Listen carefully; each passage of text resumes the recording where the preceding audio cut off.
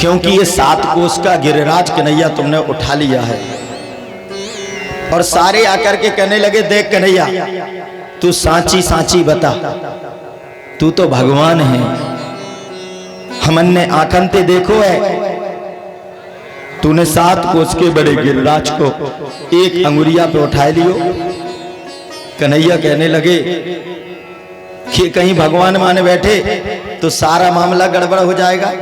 इनके साथ जो अभी खेल रहे हैं, खा रहे हैं, सारी कहानी गड़बड़ उठा के एक छोटी सी अलमारी में बिठाए देंगे, 4 चिनौरी का भोग लगा देंगे, बस सारा खेलना खाना बंद। कन्हैया कहते देखो तुम लोग भी बड़े भोरे हो, अरे मैं भगवान कुछ ना है। अरे कन्हैया इतना बड़ो 7 कोस को गिरिराज उठाए लियो, और चूंकि जब निरंतर वर्षा हो रही थी तो एक एक ब्रजवासी विश्राम कर रहे थे। साथ ही उन्होंने कहा, अरे कन्हैया हम लोग तो विश्राम कर लेते हैं, फिर लाठी डंडा लगा लेते हैं। और सब ब्रजवासियों को विश्राम तुमने नहीं किया, 7 दिन हो गए। कन्हैया ने कहा तो हम विश्राम कर लें। कहा हाँ कर लो।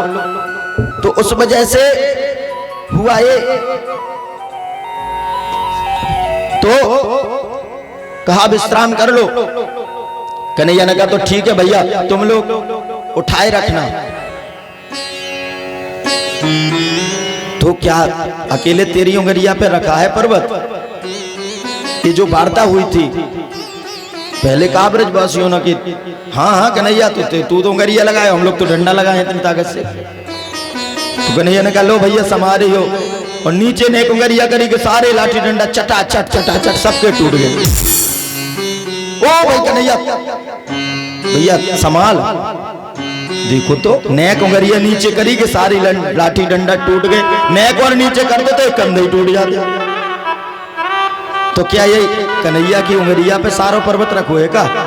धीरे धीरे करके सबने अपने लाठी डंडे हटा लिए और देखा कि सिर्फ एक अकेले कन्हैया की उंगलिया पर। हे भगवान, हम लोग वैसे ही माटी के मधुकरा बने लगे रहे, या तो कन्हैया ने उठा लियो है। तो बोले कन्हैया आपने तो अकेले उंगली पर रखा था। कन्हैया ने कहा तुम लोग बड़े भोरे हो। अरे या गिरिराज की जब पूजा की थी ना, तो गिरिराज महाराज ने मुझको एक मंत्र दिया था, और वो कह रहे थे कि वह मंत्र पढ़ते समय तो को जो जो देखे उन सबन की ताकत तो में आ जाए। कछु माखन ते बल बड़ो, कछु गोपन करी सहाय, और राधा जी की कृपा ते मैंने गिरवर लियो उठाए। अरे तुमने को इतनी चोरी कराए के जो मक्खन खिलाओ है ना, आज ताकत काम में आ गई। ओ कन्हैया, तभी हम सब सोच रहे थे जब कल तक गिर उठाए थे गिरिराज कि हम लोग थोड़ा थोड़ा कमजोर क्यों पड़ रहे हैं। अब समझ बात आई है, या दारी के माखन चोरी करे, अबे तक माखन चुराव करे, हम लोगों की ताकत भी चुरावे लग गए हो। वही थे हम लोग कमजोर से महसूस हो रहे थे, और सबको भरोसा कर दिया कि तुम सबन की ताकत से और तुम लोगों के देखने से उठ गया था। पूरी भगवत्ता दिखा देते हैं और फिर से अपने को छुपा लेते हैं। ये कन्हैया प्यारे की लीला है। महाराज सारे के सारे ब्रजवासियों से कहते हैं कि अब मैं कुछ भी नहीं, मैं तो आप लोगों का सखा हूं, जैसे तुम वैसा मैं। और सभी मान करके फिर से मगन रहते हैं। अगले ही दिवस महाराज दशमी को इंद्र ने क्षमा प्रार्थना की जो अपराध किया था, और गौ माता को आगे लाते हैं सुरभि को, और प्रभु तब क्षमा दान करते हैं इंद्र को। इस स्वभावता समाज में भी होता है, किसी बड़े अधिकारी से मिलने जाना हो तो उसकी जो प्रिय वस्तु हो उसको लेके जाओ, तुरंत बात बन जाएगी। जब इंद्र ने देखा कि गलती हो गई तो गौ माता को लेके गया, और सामने गौ माता, तो गौ माता की वजह से प्रभु प्रसन्न हो गए। मेरे गोपाल को गो माता सब सर्वाधिक पसंद है, स्वयं गोचारण किया। और इसलिए गौ सेवा साक्षात प्रभु की सेवा है। और उसी समय इंद्र ने गोविंद नाम कन्हैया का अभिषिक्त पद पर अभिषिक्त किया। बोलिए गोविंद बिहारी की जय। तब से वो गोविंद पद पर अभिषिक्त हुए। और इधर इंद्र गए कि महाराज अगले दिन एकादशी का समय आ गया। तो कहते हैं कि एकादश्याम निराहारा समभ्यर्च्य जनार्दनम स्नातुम नंदस्तु कालिंद्या द्वादश्याम जलमाविशत्। नंद बाबा एकादशी का व्रत रहते हैं। समस्त जैसे तीर्थों के राजा तीर्थराज प्रयाग हैं, ऐसे ही समस्त व्रतों के राजा एकादशी व्रत है। अन्यत्र व्रत नहीं कर पाते। यदि हम एकादशी व्रत रहते हैं तो समस्त व्रतों का पुण्य फल हमें प्राप्त होता है।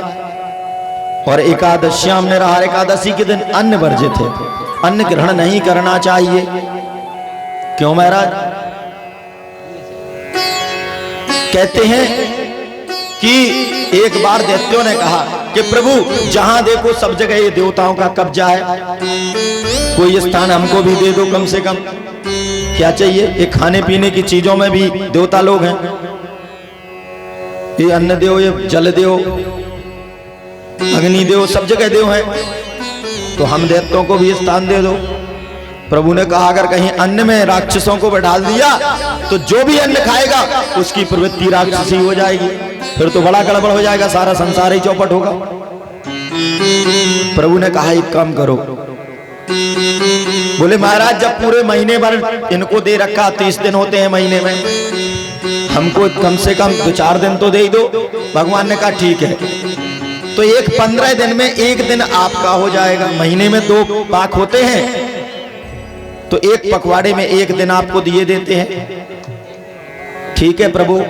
तो कहते एकादशी का दिन अन्न के लिए राक्षसों को दे दिया कि उस दिन आप अन्न में विराजमान हो जाना। इसलिए एकादशी के दिन जो अन्न ग्रहण करेंगे उनकी वृत्ति राक्षसी हो जाएगी।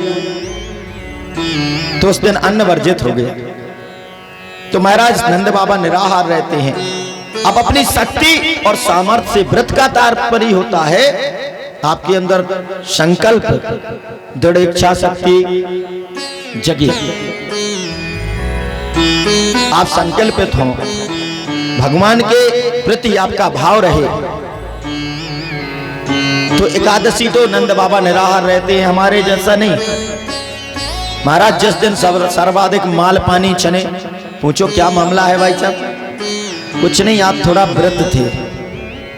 केले भी चलेंगे, सेब भी चलेंगे, अंगूर भी, दूध भी, दोटा खीर भी, सिंघाड़े के आटा की पकौड़ी भी, जाने क्या क्या बना बना के। जिस दिन ज्यादा से ज्यादा माल पानी, फलाहार के नाम पर फुलाहार पूरा पैक करके खाता। व्रत के दिन कुछ भूखे रहो, तब तो व्रत का मतलब है। खा लिया ज्यादा, नींद आने लगी।